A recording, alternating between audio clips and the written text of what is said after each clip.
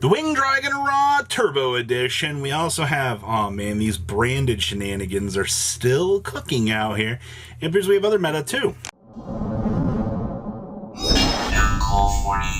Make sure you guys smash the crap out of that subscribe button so you guys don't miss out on more awesome content. Yeah, that's right.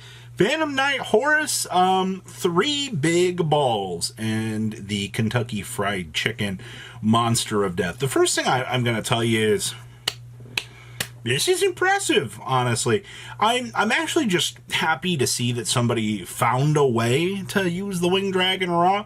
I always love the gimmicky Egyptian god specials, as we're going to call them out here, because it does, show that people are exploring these sort of things. And hey, look, you want some, free little tributes to be able to essentially climb up and do things? Okay, we got our free little Monster Reborn searcher here as well. And then, of course, the true Sun God. Hey, I mean, getting to, have 6 balls in your deck for searchability and consistency upgrades is pretty cool.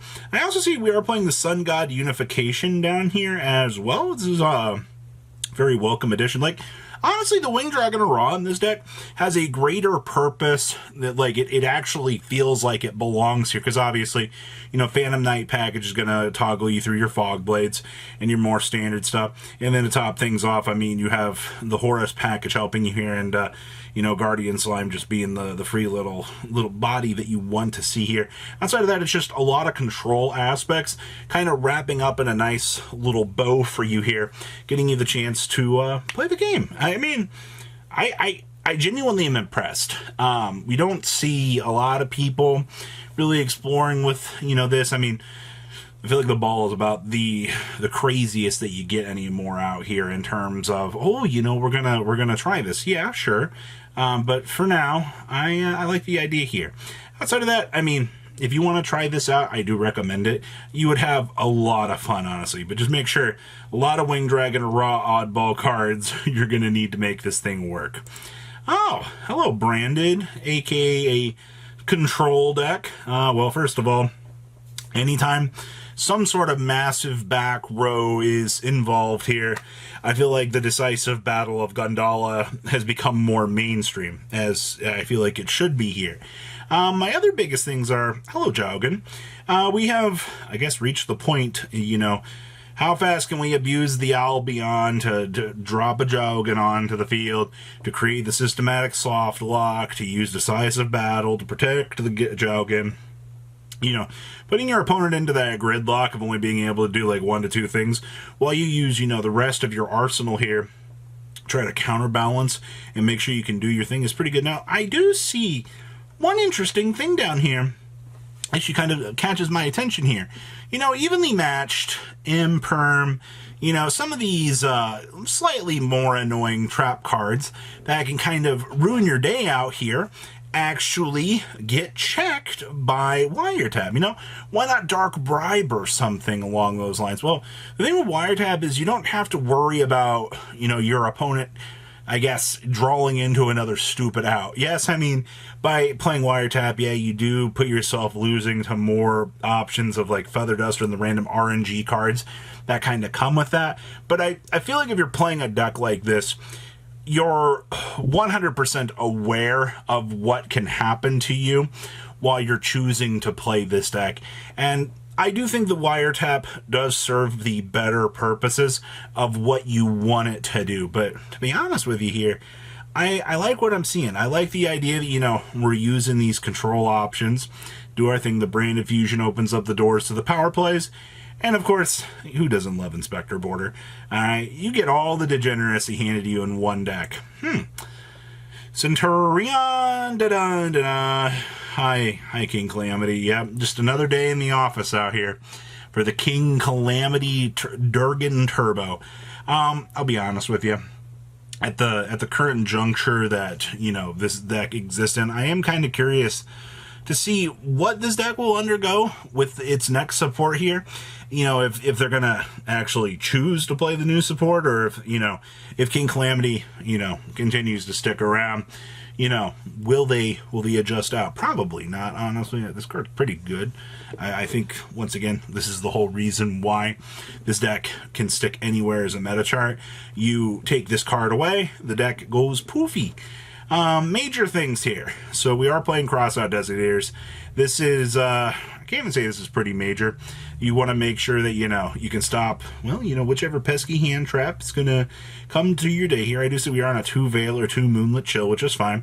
Space Rock doesn't really matter all that much. Sometimes this can annoy you, and sometimes the Ash can annoy you. And, you know, hey, you know, maybe you can blink a King Sarcophagus out of the way. I've seen some pretty stupid things be done with the Crossout. Post-side decking, I mean, you do bring in a Pankratops, you have your additional Drolls, your Ghost Spells, that's some pretty standard stuff. And I do see our favorite card on this channel, a Living Legend of a Floodgate. Yes, the good old summon limit, yeah. I love when my opponent sets up, oh boy, Crimson Dragon plus Legatia, and then proceeds to show me the summon limit, and they're like, good luck, Duelist, I hope you're ready to break this. And it's just like, better than me, you know, that's all there is to it. Outside of that, though, I guess this is pretty standard Centurion. Like, you're wrapping up a majority of the same packages that you've been using for a majority of this format, so not too bad. What in the world is this cluster pile? Oh, wow. Whew. First of all, École de Zone. If a player special summons exactly one monster, destroy it. And if you do, the controller of that monster special summons a mass token, Spellcaster Dark, level 1, attack, defense, question mark, to the field, which cannot attack directly, and its attack and defense are to what the monster that was destroyed for this card had on the field. You can only use this effect of D-Zone once per turn. If this face-up card leaves the field, all of those mass tokens that you have go bye-bye.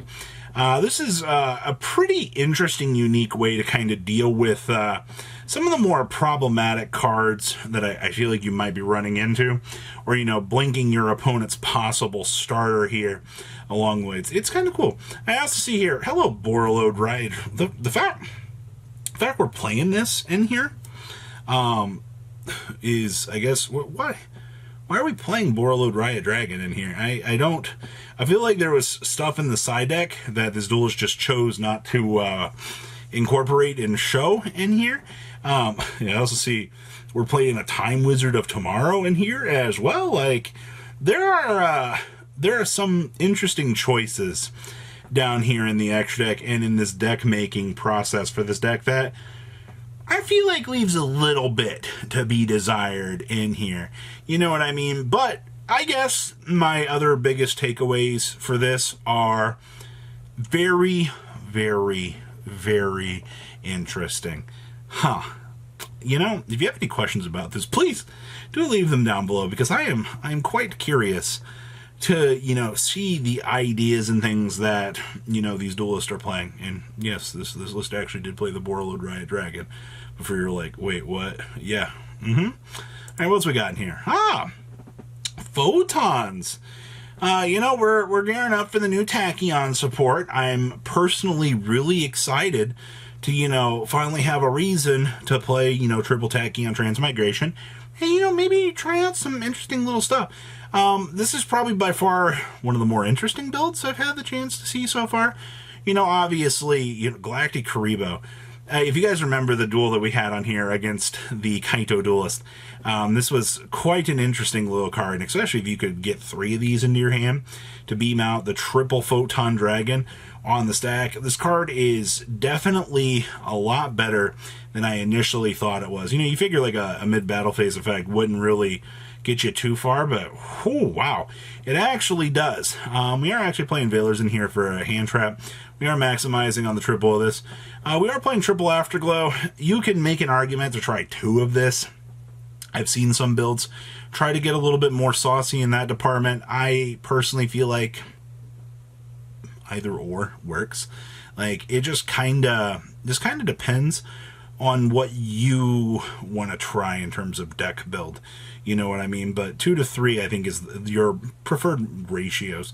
Outside of that, I mean, there's nothing really too much to say about this. Extra deck looks pretty straightforward.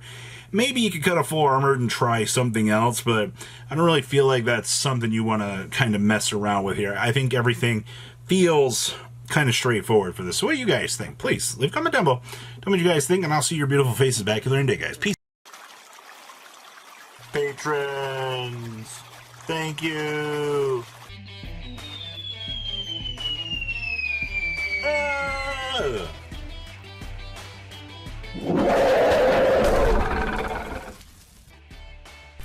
Thank you so much for watching. Check out these other videos.